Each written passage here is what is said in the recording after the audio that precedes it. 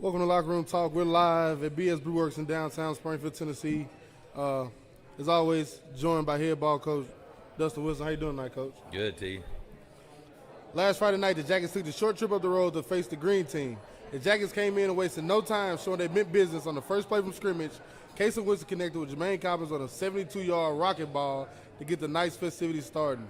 The Jackets would add to that with a Nathan Babbs touchdown run and a Cortavious Hand 47-yard scoop and score touchdown late in the first. In the second quarter, the Jackets kept the pedal to the metal with three more scores: a Woodson to Bryce Baldwin 16-yard touchdown connection, Lamarius Dowling touchdown run, and another scoop and score, but this time courtesy of a Cooper Dawson strip sack and a Deion Payne 34-yard touchdown return.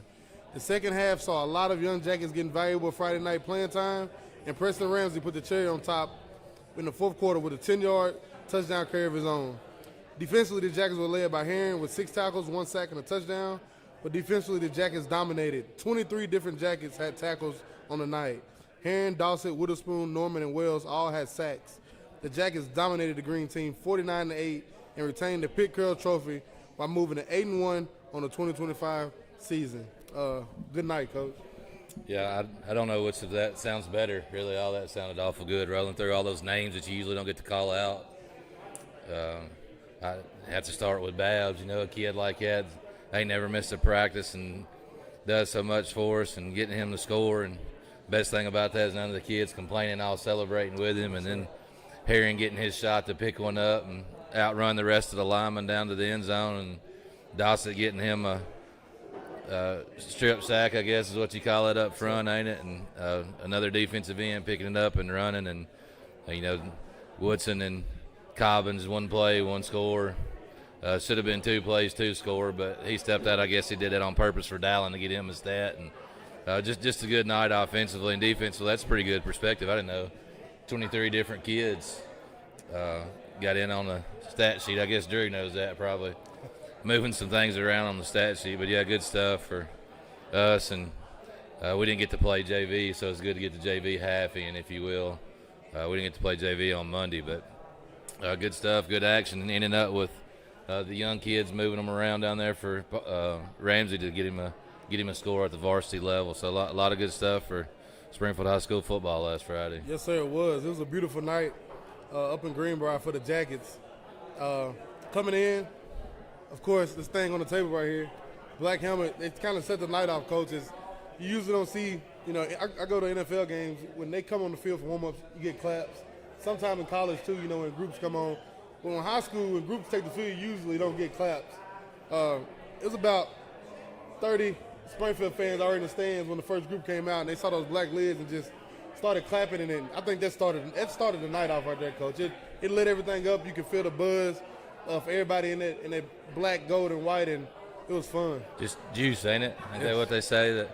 That credit to the staff for doing that. We put it in front of the boys all the way back when we were selling cards. So every one of y'all that bought a card, there's a reason why you do stuff like that. And they met that benchmark, and so we bought them and kind of had been sitting on them. And fall break come, and one time in the locker room the other night when we converted them all, there were 16 different coaches, staff members in there working and getting after it, and it took us right at 3 hours to change them. And the reason why is probably better than getting it changed, but that black top and black breeches and white with Springfield across it would be hard to beat. But we're going to go from head to toe, and I told the boys when we walk out tomorrow night, so that's a little different to say tomorrow night. But just a lot of Coach Thomas there on it. He did the stinger back in the day. I remember when we played, what y'all ain't the Chargers? What y'all got on your helmet? And it's just kind of Coach Thomas' avenue right there. He don't worry about what the hell they say or what they're doing. It's our stinger.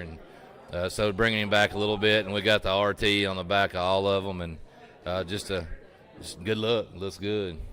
Look real good. I almost cussed on the air Friday night when it came out, because it's just a flawless look. And you can tell it gave the guys a little more extra pep in their step, even though you don't need none with the Pit Curl Trophy on the line.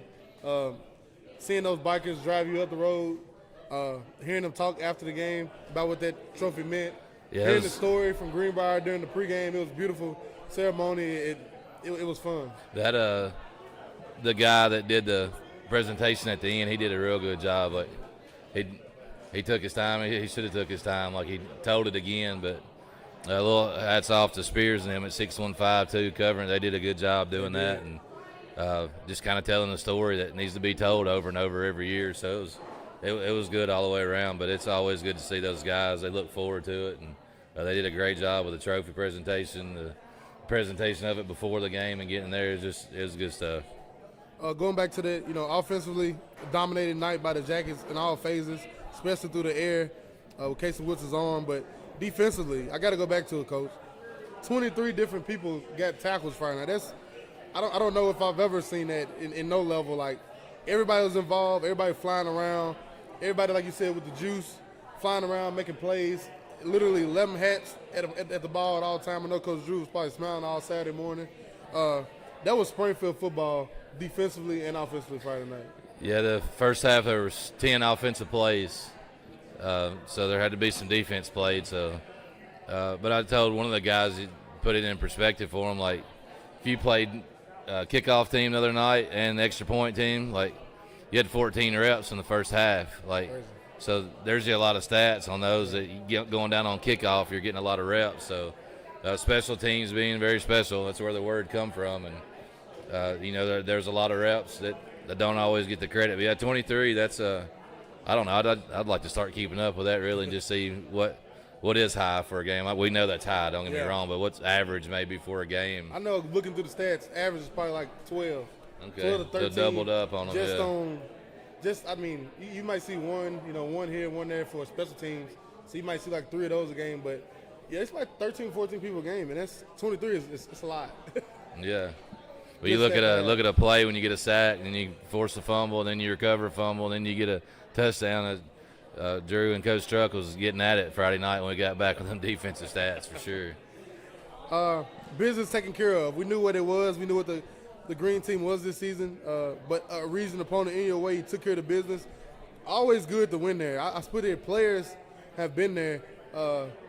Since how our junior pro set up, those guys played at Pop Warner on that field because Greenbrier doesn't have a Pop Warner field, so they play on that field. Middle school, they played on that field, so they're very familiar with this rivalry, and they're very familiar with that place, and it's always good to go up there and grab you one.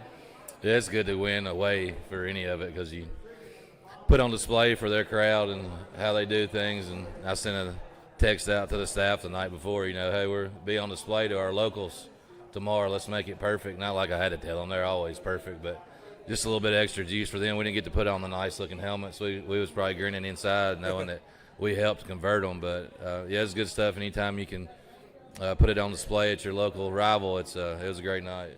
The overall record between Springfield and the green team moves to 23-6 in the favor of the Jackets. The Jackets making 12 straight victories over the green team. And that was a beautiful night up there.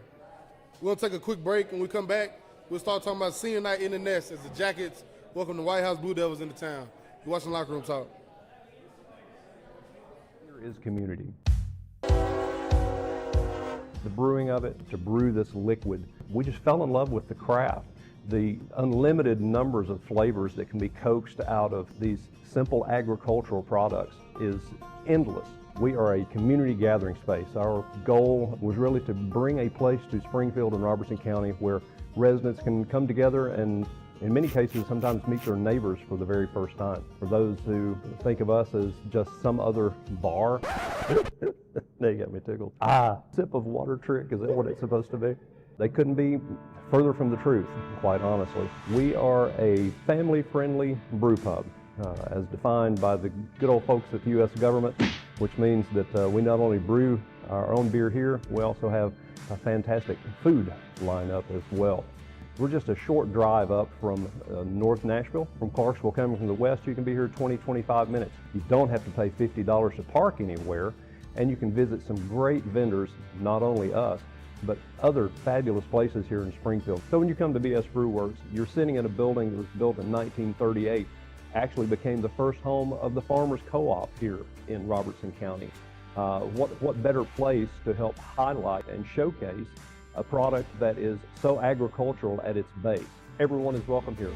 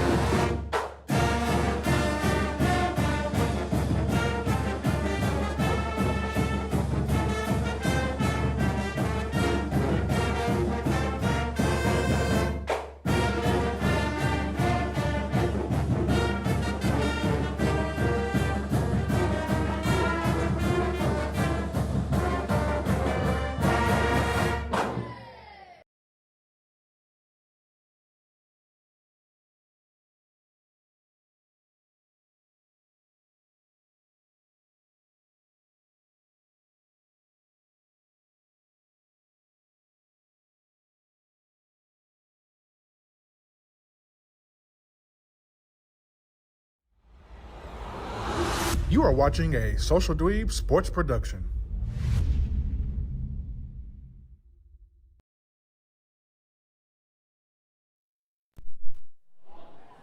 Welcome back to Lockeroom Talk. Beautiful downtown Springfield, Tennessee at the Buzz and BS Brew Works. Always a great time here. If you've never been here, please stop by. Family-friendly situation. Great food, great drinks. This time, I'm joined by senior offensive and defensive lineman, no other than Cooper Dawson. How you doing, man? Good, man. It's an honor. First question for you. Tell me about your journey through the SHS program. JV, former players you learned from, all that, man. Oh, man. JV was fun. It's time to get to learn, time to get some reps. Playing Greenbrier, obviously in JV, we still beat them pretty bad. So, I don't know. It was just a great experience. Probably one of the biggest mentors was Max Baldwin. I've known him ever since middle school, 6th grade year. He's always been there. And watching him be a leader throughout the years and be a great player and be a great influence was just a good mindset to have coming through senior year as a sophomore coming in. So, yeah, it was great. If you got any mentors, I think it'd be a great one to have right there, man. Yeah. On and off the football field, great guy. And I remember you as a 6th grader down there at Springfield Middle School, just running around and like you always said, Max had always been a leader from the beginning. Even then, when you were 6th grader, he was an 8th grader. Yeah. That was a great person for you as a 6th grader to see, like, man, I think I'm gonna kind of follow this guy and see what he's talking about. That's a great pickup by you to choose that as a guy to follow. Oh, no, man. Great guy. I've known him for a long time. Yes, sir. Second question for you. What was the key Friday night being successful for against the green team? That strip sack, it broke the game open. It kind of put him to bed there. I heard the contact from the press box. You hit that kid. I feel sorry for him. Big 54 hitting him. But how was Friday night you guys doing what you do? What was the keys to you guys being successful for? First big thing is the hatred for him. We all hate him bad. It's everybody, including me. Yeah, we all. It's a big part, but another part of it's going through the motions in practice, making sure you got every rep, 100%, 110%, in the weight room. Not slacking off, getting every rep. But the main part is hating him so bad, and we all hate him. Last one right here for you, Coop. What do you love most about being a Jacket, man? The environment. Everybody loves you. There's no hate across town. There's no hate across the team, across coaches. It's a big part of it's hard work.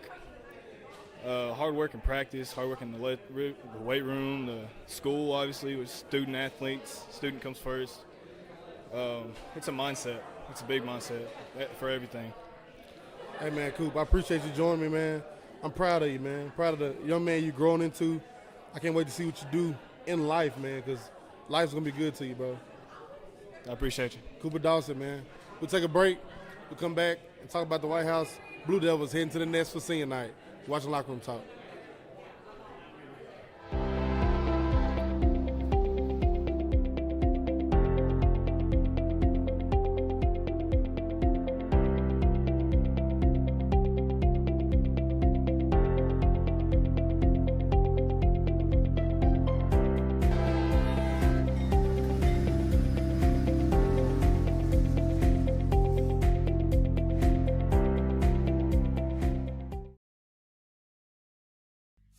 Free Bird Bail Bonds, your local bail bonds company. Call Josh England today.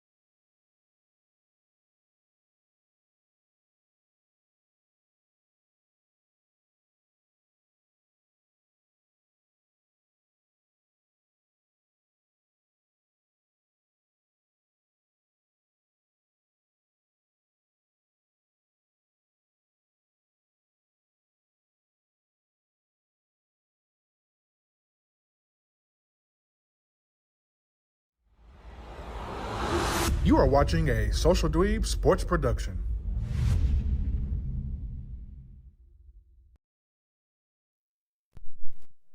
Welcome back to Lockeroom Talk. Friday night, the Jackets welcome the Blue Devils of White House into the nest for Senior Night 2025. White House coming in sporting an overall record of 4-5 and a regional record of 2-1. This game is for a home playoff game. This is not White House of old. This is not Coach Porter's run-heavy scheme with big physical linemen. They spread the ball out, spread you around, and try to throw it around the park, Coach. Yeah, it looks a lot different. It doesn't look like Jeff Porter's over on those sidelines. You hit that right for sure. But another scheme, another something to adjust to, and we'll just have to get ready for it. But got a few different formations, same kids play. They're pretty similar to us when it comes to personnel. They got a lot of kids that play both sides, and Atlee, he cross paths with us a little bit in Robertson County. He coached out in Cross Plains for a couple of years, so we know him, but we never played against him. But yeah, they'll spread us out and throw it around. Number 23 is a good athlete. Their quarterback's a good athlete. They're big up front, and I'm sure they're educating them on Springfield and White House, because the coach in between us, he didn't choose to schedule us, so we've been off the schedule for a little while, and now I think you'll see the reward for scheduling us because we're in the same region. But I'm sure it'll be packed tomorrow night. Springfield, White House, home field playoff on the line, like it should be. Even though it's a Thursday, I don't think it's going to affect us at all. Like not on this side of it. No, you got so much on the line. Like it should be great. The kids get educated real quick as soon as that whistle blows about what Springfield and White House means. You better than me, Coach. Talking about in between. I mean, you run from it, you run from it. It is what it is. Always great to welcome the BDP faithful to the city, though. Always going to be a game you circle, and like you said. But this time, being a reasoned opponent and a home playoff game on the line, the playoffs start tomorrow night for the Jackets. That's correct. We've been talking about playoffs all week. I mean, something's at stake.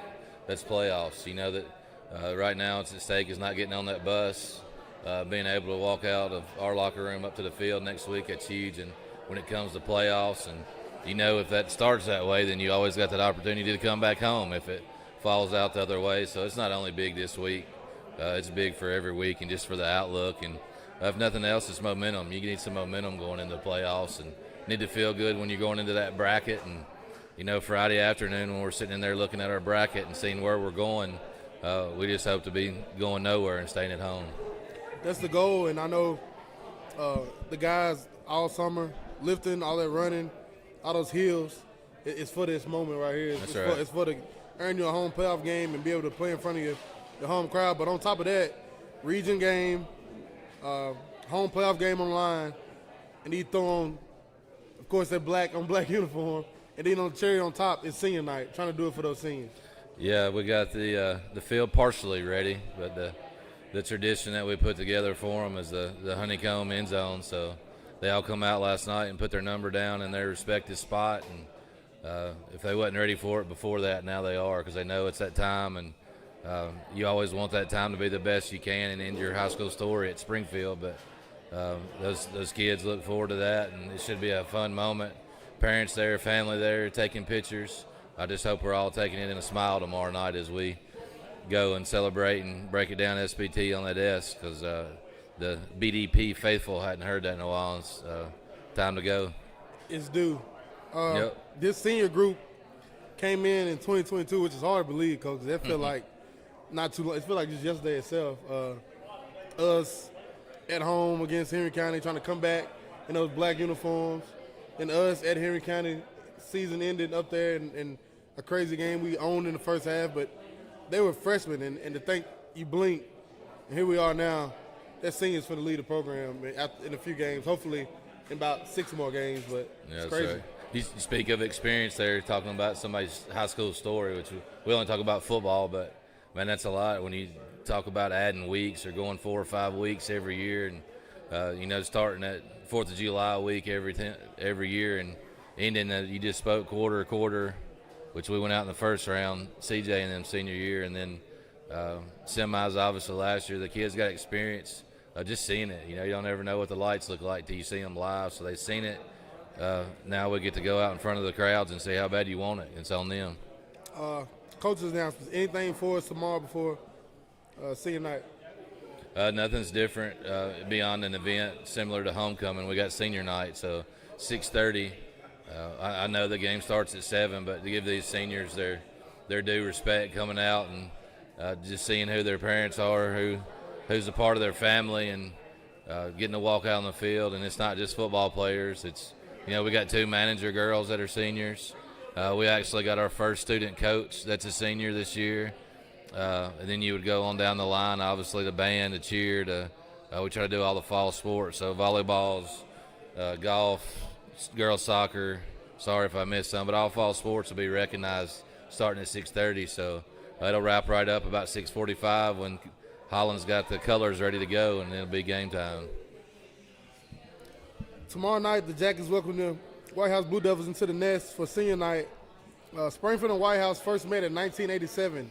The Jackets lead the series 17-16-0 and are currently on a 3-game winning streak versus White House. The last game played was in the nest 2020, where the Jackets rolled the Blue Devils 48-24. I remember that one, Coach, and I remember Happened quick.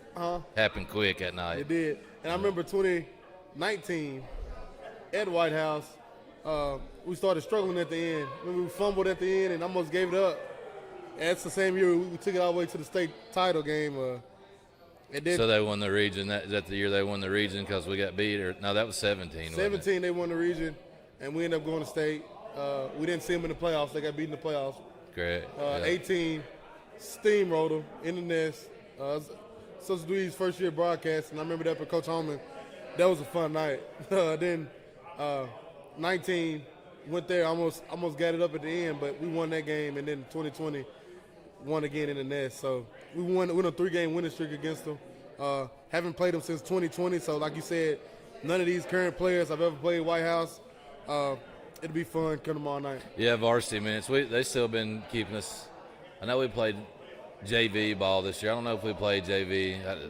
You just don't remember that schedule. You just hope to get something out of it. But they may know a little bit about them from JV, but nothing like Friday nights, playoffs on the line, the crowd, and all the stuff that comes with a varsity game. So that's pretty – what's the record? 17, 16? Yes, sir. Yeah. The favorite That's one, close. though, yeah.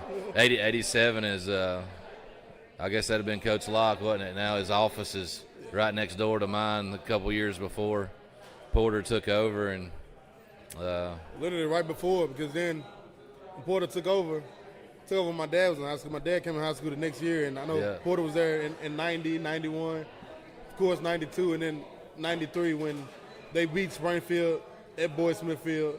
And Springfield went back and returned the favor at White House to go to the state title game. Yeah, that's the mud game. That's the Yes, one. sir. That's one of my first memories. I really remember something was at stake, standing out there under some kind of trash bag, piece of plastic, something right up there under the hillside at White House, and seeing all of them celebrate at the end. And I remember my freshman year, the next year, we beat them 21 or 28-0, but it was important enough for Coach Thomas to get us in at the end of the game. So I remember some of the freshmen getting a run out there for a play, and that impact still goes with us. Like, it may just been a play or two, but it's so important to get those young kids and run them out there. So just another moment to talk about Coach Thomas putting us all his young ones in there at the end. That was a 94. Yeah, 94. That's the year the season ended at Portland. At Portland, that's correct. That was our freshman year, yeah. And then in 97, we get back playing. We got beat 12-6 up there as our senior year. That was the year they won the state championship that year because Pearl beat us, Father Ryan beat us, and White House beat us. And they all won the state championship. So Wow. little walk through White House. Can't wait for this class of whatever it is, 2026, tell their story starting tomorrow night. Yes, sir. And I think it's very appropriate. Those black helmet with that stinger on it. That stinger from Coach Thomas, his sticker with his initials on the back of that helmet. The 2 games he loved most. Yeah, it Green is. Bar and White House. I think it's just perfect. Yeah, I'd love to tell you that was intentional. That's just how the schedule fell. But, man, that's a great statement right there. That is killer. That's that might be in the pregame speech, T. That's good stuff. That's nice right there. For the Jackets, the Hayes in the barn. Literally, walkthroughs today. It's game time tomorrow. Game time tomorrow. Pack the nest as the White House Blue Devils head to Springfield for competitions who gets a home playoff football game, baby. Pack the nest, be loud, be proud. Let's chill in these jackets. Senior night, get there. Senior night start at 6:30. Come out, be loud, be proud. And let's send them back up the road sad a little bit. From head ball coach Dustin Wilson, I'm Terrence Summers. It's been Locker Room Talk. Go Jackets, baby.